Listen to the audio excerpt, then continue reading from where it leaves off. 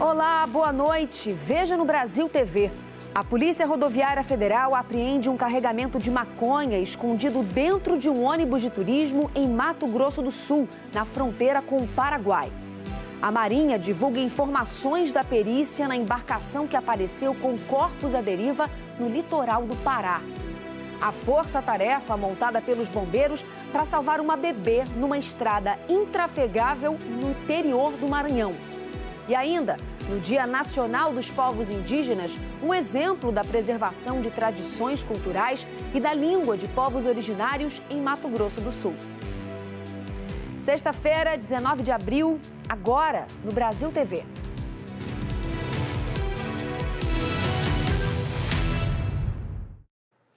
A Polícia Rodoviária Federal apreendeu um carregamento de maconha escondido dentro de um ônibus de turismo em Mato Grosso do Sul, na fronteira com o Paraguai. O motorista e um guia de turismo foram presos. O ônibus que vinha do Paraguai e seguia para Florianópolis, em Santa Catarina, foi parado num posto da Polícia Federal na região de fronteira. A droga estava escondida nesses fundos falsos dentro da lataria do ônibus. Só desse lado do veículo, a PRF acredita que tenha tirado pelo menos 300 quilos de maconha. E do outro lado, olha só, estão tirando mais ainda. E aqui, olha, acabaram de cortar parte da lataria e tem mais droga escondida ainda, olha, cheio. De acordo com a PRF, essa é a segunda apreensão do tipo em menos de um mês aqui na região. Antes deles abastecerem de entrar os passageiros, eles retiram todos esses bancos aqui, colocam a droga, abastecem o ônibus com a droga, põem a madeira, né, depois que o mocó está todo completo já com toda a droga dentro do ônibus. E após isso, eles vão colocando os passageiros e dando destino ao ônibus. Os 24 passageiros vieram de Assunção junto com um guia e embarcaram no ônibus na manhã dessa sexta-feira, em Pedro Juan Cavalheiro, cidade vizinha Ponta Porã, em Mato Grosso do Sul. O motorista é da fronteira. Ele e o guia foram presos. O guia turístico não quis mostrar o rosto, mas aceitou conversar com a nossa reportagem. Ele disse que não sabia da droga e que todos os passageiros pagaram $300 pela viagem de 3 dias à praia. Todos os passageiros foram liberados. Essa é a segunda apreensão que nós estamos fazendo com esse mesmo modus operandi. A gente percebe que os passageiros não têm nenhum tipo de ligação com esse entorpecente. Por quê? Porque eles são introduzidos antes mesmo da chegada desse passageiro. Eles estão sendo usados justamente para dar uma sensação de legalidade nesse entorpecente. Foi preso um segundo suspeito de envolvimento na morte de uma mulher trans depois de um baile funk na zona sul de São Paulo. A polícia investiga se o crime foi motivado por transfobia. Maicon Douglas da Silva foi preso no fim da tarde de ontem. Ele estava em casa, perto de onde o crime aconteceu. Segundo o Departamento de Homicídios de São Paulo, ele é suspeito de ter assassinado Daniele de Miranda Alves. O crime foi no último sábado, nesta avenida da Zona Sul de São Paulo. Estas imagens mostram Daniele e uma amiga em frente a um bar com um grupo de pessoas, pouco antes do crime. Ela parece discutir com um rapaz e dá um tapa nele. Começa uma troca de agressões. Daniele e a amiga saem. No caminho, um carro para perto delas. A pessoa que está no banco do passageiro atira várias vezes contra as duas. Daniele é atingida. Ela ainda consegue ir até um estacionamento, mas morre antes do socorro chegar. Para a polícia, Maicon Douglas da Silva é este homem que aparece agredindo as duas mulheres. Logo após o crime, os policiais prenderam Breno Fernandes Silva. Segundo a polícia, era ele que estava dirigindo o carro de onde partiram os tiros. Já Maicon é suspeito de ter disparado várias vezes contra Daniele e a amiga. Para a delegada Ivalda Aleixo, que investiga o caso, Daniele foi vítima de transfobia. Pelo que nós apuramos, tem essa discussão, essa briga, é quando ela diz que ela é uma mulher transexual. E aí é que ele, então, sai do carro, tem agressões, discussões. Até aquele momento estava tudo bem. Então, quando ela fala, eu sou uma mulher trans... Então, a solução que ele entendeu, ou que eles entenderam, era que tinha que matá-las. A mãe de Daniele disse que espera que os culpados sejam responsabilizados pelo crime. A justiça, entendeu, faça a condenação desses responsáveis, desses monstros, entendeu? Ela era a razão do meu viver, ela era o amor da minha vida. Agora eu não sei nem o que eu faço mais sem a minha filha. O corpo do idoso, levado pela sobrinha para fazer um empréstimo numa agência bancária do Rio, ainda está no IML. Nessa foto, Paulo Roberto Braga, de 68 anos, aparece vivo enquanto esteve internado para tratar de uma pneumonia na UPA de Bangu. Ao lado dele, a sobrinha Érica de Souza Vieira Nunes. Na última segunda-feira, depois do idoso ter recebido alta da unidade, os dois começaram uma verdadeira peregrinação. Os investigadores já sabem que Érica esteve com Paulo em 3 instituições financeiras em busca de crédito. Foram identificadas ainda 3 tentativas de compras de celulares. Ontem, a polícia pediu a quebra do sigilo bancário de Paulo Roberto. Aqui no IML, o corpo do idoso já foi liberado e aguarda pela família. Os parentes que ganharam a gratuidade do enterro precisam primeiro registrar o óbito no cartório para que os assistentes sociais da prefeitura, junto com a concessionária que administra os cemitérios, possam definir data e local do sepultamento. Esse trâmite leva, em média, 5 dias. Nesta quinta-feira, Érica teve a prisão em flagrante convertida para preventiva. Na decisão, a juíza Raquel Assad da Cunha definiu a ação como repugnante e macabra. A magistrada sustentou que a situação não se resume a definir o exato momento da morte, mas sim pela situação vexatória a qual o idoso estava sendo exposto. A justiça negou o pedido da defesa para que a prisão de Érica fosse transformada em domiciliar. Ainda são muitas perguntas e detalhes que precisam ser esclarecidos pela polícia.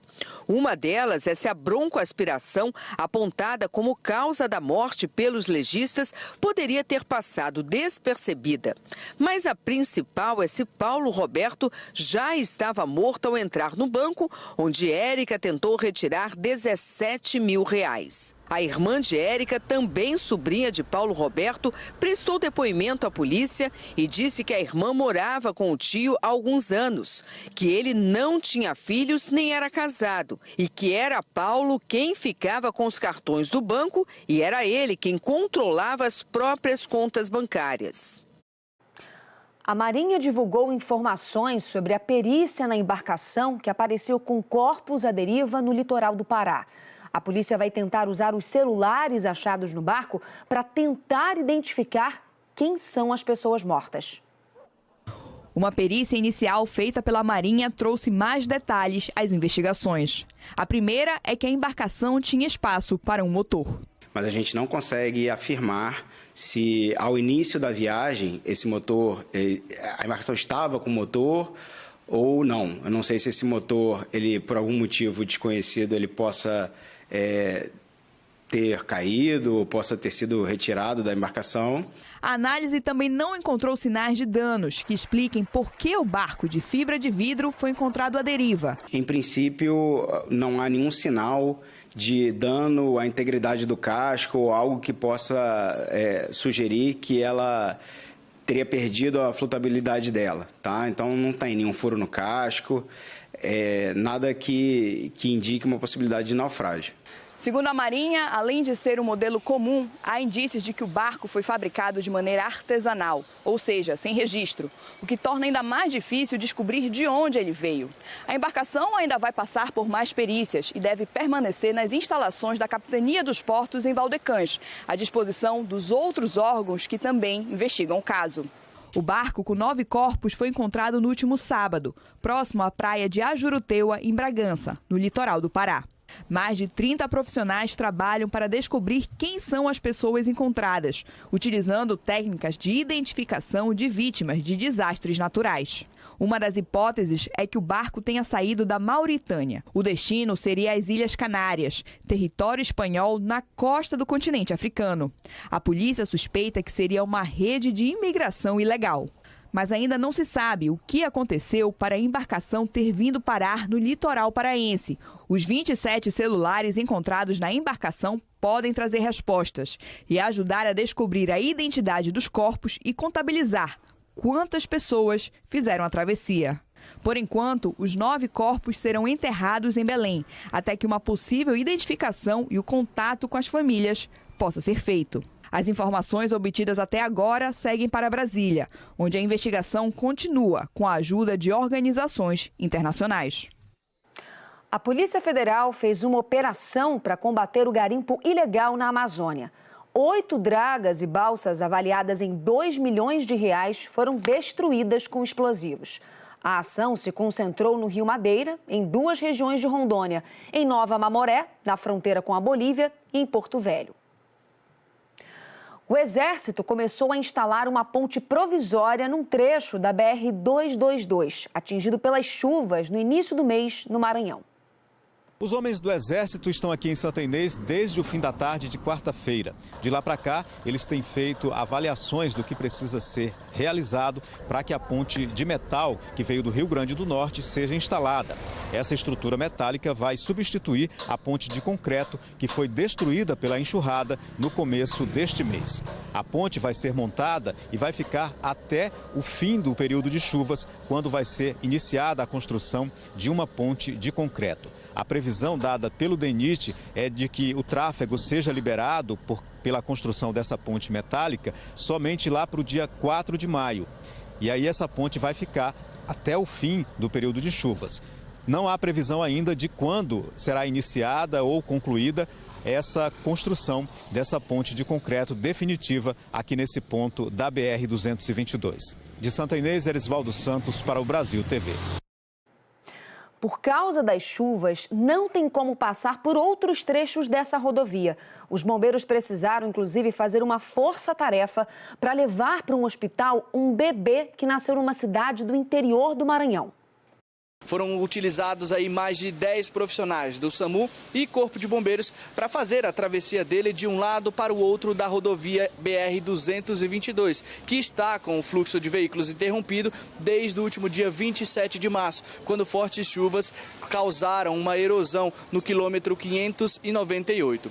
Esses profissionais que trabalharam na transferência dessa criança colocaram o bebê em uma incubadora e, carregando ela por dentro de uma trilha repleta de lama, conseguiram fazer a travessia de um lado para o outro. Do outro lado tinha uma ambulância do SAMU de Açailândia que estava aguardando o bebê para concluir essa transferência para o hospital aqui de Imperatriz. Esse bebê de aproximadamente 40 horas de vida, ele estava com problemas para se alimentar, por isso foi necessária essa transferência para a maternidade aqui de Imperatriz, que tem mais capacidade de atender esse bebê que nasceu prematuro, né? Aqui em Imperatriz ele foi recebido por profissionais e já recebeu os primeiros cuidados.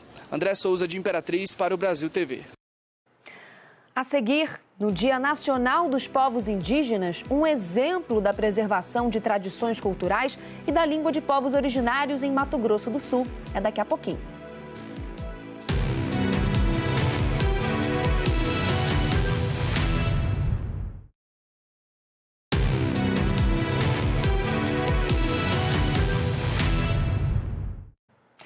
Servidores e professores das universidades federais que estão em greve foram recebidos hoje à tarde em Brasília por representantes do governo federal.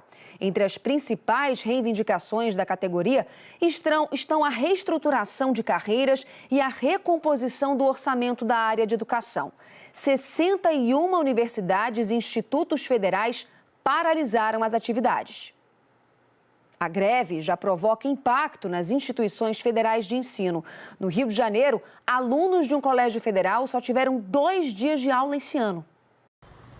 Para alunos e suas famílias, são dias de angústia. Tem sido dias muito angustiantes. Nós, como pais, estamos muito preocupados por conta desse atraso no calendário escolar. Quando acontece essa greve, é uma situação bem difícil em casa, porque atrapalha na rotina da família, além de ter o prejuízo na parte psicológica, na parte pedagógica, que as crianças sofrem com essa greve. A gente procura dentro de casa fazer o possível para amenizar essa situação, mas o emocional do meu filho hoje está muito abalado. Já são quase 20 dias sem aulas. A greve de servidores e professores afeta 12 mil alunos em todas as unidades do Pedro II, que já vinha com um calendário de aulas atrasado desde antes da pandemia. Como é que a gente vai reajustar esse calendário que está atrasado durante tantos anos, né? Parece que mais ou menos 10 anos, desde 2012, que o Pedro II não tem um calendário que termine dentro do ano civil. Os servidores pedem melhores salários e alegam sobrecarga de trabalho por falta de pessoal. Muitos pais apoiam as reivindicações, mas não concordam com a paralisação total das atividades. São crianças de 3, 4, 5, 6 anos que estão em casa, alguns desde dezembro, né? Porque as crianças que passaram de ano tiveram 2 dias de aula. No Rio, outras instituições federais também entraram em greve. Os técnicos administrativos da Universidade Federal do Rio de Janeiro, da Universidade Federal Fluminense, da Universidade Rural e da Unirio paralisaram as atividades, assim como professores e técnicos do Instituto Federal do Rio de Janeiro, o IFRJ. Os níveis de adesão ao movimento grevista são diferentes em cada instituição. Em algumas universidades, parte dos professores não aderiu à greve. Em outras, só os técnicos interromperam as atividades. Na UF, por exemplo, todos os docentes estão trabalhando, mas o restaurante universitário ficou fechado por 3 semanas e agora funciona parcialmente. Em nota, o Ministério da Educação diz que está atento às demandas dos servidores e que técnicos da pasta estão trabalhando numa proposta para ser apresentada à categoria. O Murilo, filho da Ana, foi diagnosticado com um transtorno de déficit de atenção. A rotina de aulas é fundamental para que ele siga evoluindo. A gente vem lutando muito para que ele consiga evoluir. A greve é um atraso e um grande prejuízo escolar para ele. Eu também estou com saudade dos meus amigos da escola. O presidente Lula participou hoje da celebração dos 376 anos do Exército. Na cerimônia em Brasília, o presidente estava acompanhado do ministro da Defesa, José Múcio Monteiro, o ministro da Secretaria de Relações Institucionais, Alexandre Padilha, e líderes do governo no Congresso também participaram da solenidade. O presidente Lula não falou. Em mensagem lida durante a cerimônia, o comandante do Exército, o general Miguel Tomás Paiva, disse que a instituição reafirma compromisso com a democracia no país. A renda média dos trabalhadores brasileiros cresceu 7% no ano passado, segundo o IBGE. Foram 20 anos vivendo do salário que recebia como técnico de eletrodomésticos. Hoje, o orçamento do Edson é composto pelo dinheiro da aposentadoria e principalmente do que ele vende de segunda a segunda nessa barraquinha de variedades. Linha, agulha, cabo para celular, tudo que for de miudeza eu boto uma raquete para matar um mosquito e assim a gente vai vivendo, né? A massa do rendimento médio mensal domiciliar per capita, a soma do dinheiro que os brasileiros ganharam, atingiu 398,3 bilhões de reais em 2023, 12% a mais que no ano anterior e o maior já registrado desde que a pesquisa começou em 2012. Isso considerando todas as fontes de renda, como salários, pensões, aluguéis e benefícios sociais. Os motivos para esse aumento, segundo os economistas, são 2 principais. Primeiro, tem de fato a ver com o mercado de trabalho. O mercado de trabalho em 2023 foi aquecido, né? A gente teve uma recuperação do emprego formal bastante positiva também, e isso contribui para que a renda média, né, e a renda total acabem ficando realmente mais acima. Além disso, também tem, quando a gente olha esse rendimento de todas as fontes, e aí inclui benefícios sociais, 2023 foi o primeiro ano com benefício social no valor mais alto, e o ano inteiro. Pelas contas do IBGE, cada brasileiro que tem rendimento recebeu, em média, R$ 2.846 por mês. No intervalo de um ano, quase 6 milhões de pessoas que não tinham rendimento algum passaram a ter. Levando em conta apenas a renda gerada pelo trabalho, no período de um ano foram 4 milhões de brasileiros a mais na lista. Foi, sem dúvida, um ano de mais dinheiro no bolso. Pelo menos na vida do Gustavo, que estava há um tempo trabalhando na informalidade, tirando menos que um mínimo por mês. E agora está feliz da vida, trabalhando de carteira assinada no bar desse hotel. Eu sabia se eu ia ter do aluguel, se não ia, entendeu? E a cabeça fica cheia, a gente dorme preocupado. Hoje eu tenho uma renda boa, tenho uma estabilidade tenho um plano de saúde, tenho um plano odontológico. Então hoje, vou mentir, está bem melhor, graças a Deus. A pesquisa do IBGE mostra também a diferença que os programas sociais fazem na vida da população. A renda média dos brasileiros que recebem Bolsa Família cresceu mais de 40% em 4 anos. Em 2023, 19% dos lares recebiam o benefício, maior número já registrado na série. É claro que uma pesquisa com informações sobre o dinheiro que o brasileiro ganha não ia deixar de fora a desigualdade.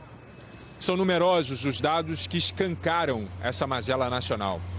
Como aquele que mostra, por exemplo, que o 1% mais rico da população recebe, em média, quase 40 vezes mais do que os 40% mais pobres. Pensando na riqueza como um bolo, enquanto os 10% mais pobres ficam com apenas 1% da massa de rendimentos do país, os 10% mais ricos abocanham 41%. Falando em bolo, olha esse de laranja com café, que a Ivaneide está vendendo para o Edson. Ela tem a saúde debilitada e precisa trabalhar na rua para complementar a renda. Vender café, chocolate, bolo, vou equilibrando o jeito que dá. Começou a temporada de uma das festas populares mais amadas do Nordeste. As celebrações de São João foram abertas hoje em Pernambuco. Olá, o São João de Caruaru, no agreste de Pernambuco, está começando hoje e vai até o dia 29 de junho. Ao todo serão 72 dias de muito forró. Essa antecipação da festa do mês de junho para abril deve-se ao fato de a prefeitura estar querendo fazer uma descentralização da festa. Fazer com que as pessoas aproveitem o São João tanto na zona urbana como na zona rural. A festa está começando hoje no distrito de Gonçalves Ferreira, que fica na zona rural aqui de Caruaru. Ao todo serão 13 comunidades rurais que vão receber uma caravana itinerante com muito forró. Aí lá no início de junho começa para valer o São João na zona urbana, lá no pátio de eventos Luiz Lua Gonzaga, que é considerado o palco principal da festa, como também em todos os polos de animação. Ao todo são 27 polos. De acordo com a prefeitura, esse ano devem passar por Caruaru mais de 4 milhões de pessoas. E toda essa população que vem visitar a cidade deve injetar na economia local cerca de 800 milhões de reais. São João de Caruaru esse ano vai contar com mais de 1.200 atrações. Então tá todo mundo convidado para vir conferir o São João na capital do forró. Eliakim Oliveira, para o Brasil TV.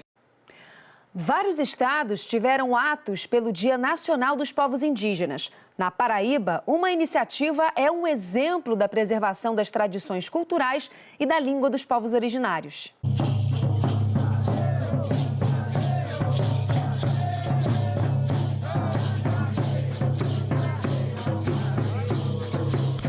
Aldeia Alto do Tambá, Baía da Traição, litoral norte da Paraíba. Por aqui, o tupi é disciplina escolar. E aí quer dizer? Bom dia. Se eu encontrar um peixe, como é que você vai chamar em tupi? Pirá. Pirá, olha só, gente. A língua tupi, ou antigo tupi, era falada pelos indígenas principalmente no litoral do Brasil, também entre os colonizadores nos séculos 16 e 17. Uma língua que quase foi extinta e é objeto de luta para a preservação da identidade e da cultura dos nossos povos originários.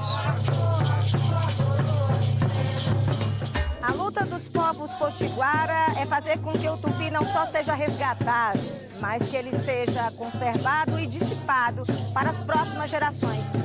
A cultura, a música, os rituais são alicerce para que o tupi finque novamente suas raízes por nosso território. Nesta escola municipal da aldeia Alto do Tambá, desde a educação infantil que os alunos têm contato com o tupi. As crianças são alfabetizadas em português e em tupi. Na educação infantil, né, e Fundamental 1, a gente trabalha muito com figuras, com a criança. A gente mostra figuras, né, e mostra a palavra.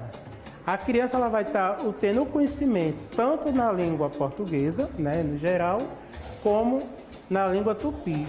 Todas as escolas da rede municipal e estadual da Baía da Traição, nas suas 32 aldeias, têm na grade curricular o tupi.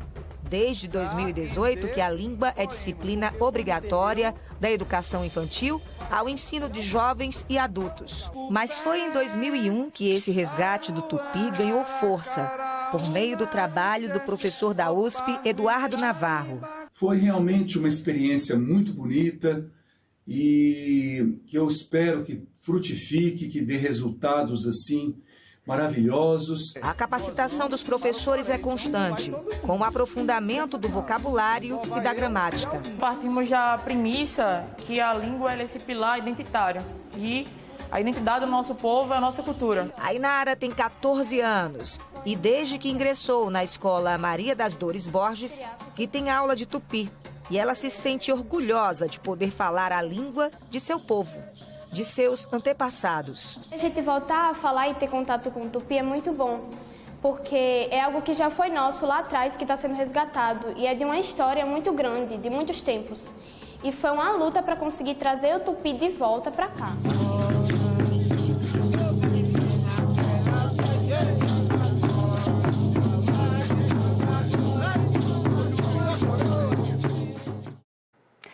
O Brasil TV fica por aqui. Outras notícias logo mais no Jornal Nacional, às 8h30 da noite, hora de Brasília. Uma ótima noite e até amanhã. Tchau, tchau.